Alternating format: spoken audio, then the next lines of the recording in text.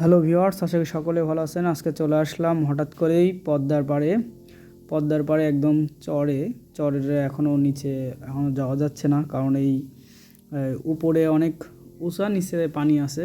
কিছুদিন পরে হয়তো চরে যাওয়া যাবে। আর বিকেলবেলা আসলাম, হাঁটতে হাঁটতে এসে দেখি খুব সুন্দর সূর্যাস্ত। এখানে আমরা তিনজন চলে আসি আর খুবই মজা করি, এখানে ছবি উঠাই, ভিডিও করি, অনেক কিছুই করলাম। আর ঘুরতে ঘুরতে আমরা বাদাম খাচ্ছিলাম, সাথে ঝাল ছিল, মানে একটা অসাধারণ পরিবেশ ছিল। আর আপনারা তো ভিডিও তো দেখতেই পাচ্ছেন। আজকের বিকেলের সূর্যাস্ত সত্যি অসাধারণ ছিল। পদ্মার পাড়ের এই সূর্যাস্ত মনে হচ্ছে ওই যে পানির কোলে ঢলে পড়ছে সূর্য, এরকম দেখা যাচ্ছে। আর এই পাশে গাছ অনেক বড় হওয়ার কারণে খুবই একটা মানে বন ফরেস্ট এলাকার মতো দেখা যাচ্ছে। এখানে আমার বন্ধু দাঁড়িয়েছিল, খুব সুন্দরভাবে প্রকৃতিটা অনুভব করতেছিল।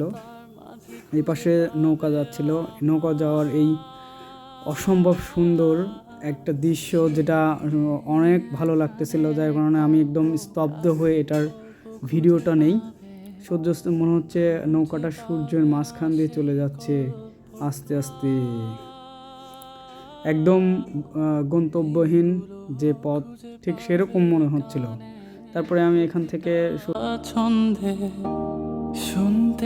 সূর্যাস্তের এই ভিডিওটা নিচ্ছিলাম। আস্তে আস্তে দেখছিলাম সূর্য চলে যাচ্ছিল একদম পানির মধ্যে, অর্থাৎ সূর্যাস্ত একদম সন্ধ্যায় ঘনিয়ে নিয়ে চলে আসছিল। আর এই পাশে পানি খুব স্লো নড়াচড়া করতেছে, দেখতে এত সুন্দর লাগতেছে, মানে অসম্ভব সুন্দর চারপাশে।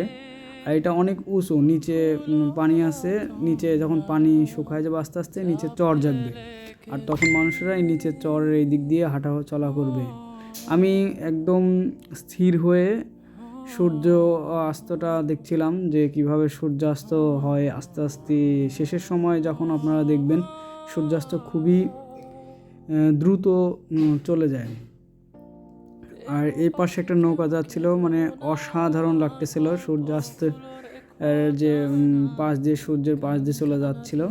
আমার কাছে খুবই ভালো লাগতেছিল দৃশ্যটা, জাস্ট অসাধারণ, ফিল করার মতো একটা পরিবেশ। তো আপনারাও এসে দেখবেন। আজকের ভিডিও পর্যন্তই, সবাই ভালো থাকবেন।